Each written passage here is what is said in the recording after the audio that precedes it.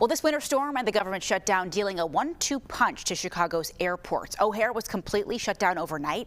Midway canceled more than 100 flights as well.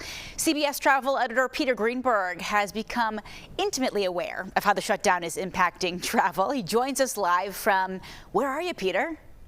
I'm actually at Saudi Arabia. Believe it or not, in Riyadh for the big global travel conference known as Tourize. So I'm not that affected by the shutdown, but getting here was also an issue as well. Of course, getting back will be much better based on what's happening in Washington, D.C. these days. Okay, well, let's touch on that. From Hobart, Indiana to Saudi Arabia, we are showing you everything this morning.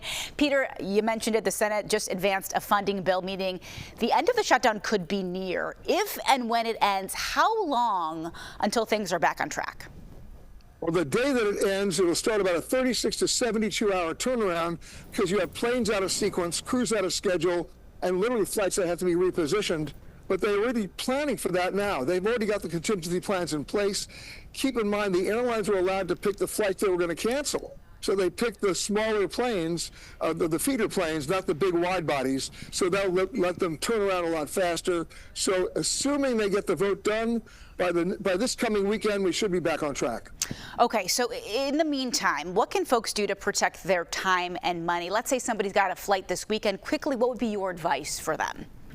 Well, by this weekend, they should be okay. But if it's before this weekend, what you want to do is go to one of these flight apps called flightaware.com, flightradar24.com, or even an app called Flighty, because what those apps do is they track the actual aircraft tail number of the plane assigned to your flight.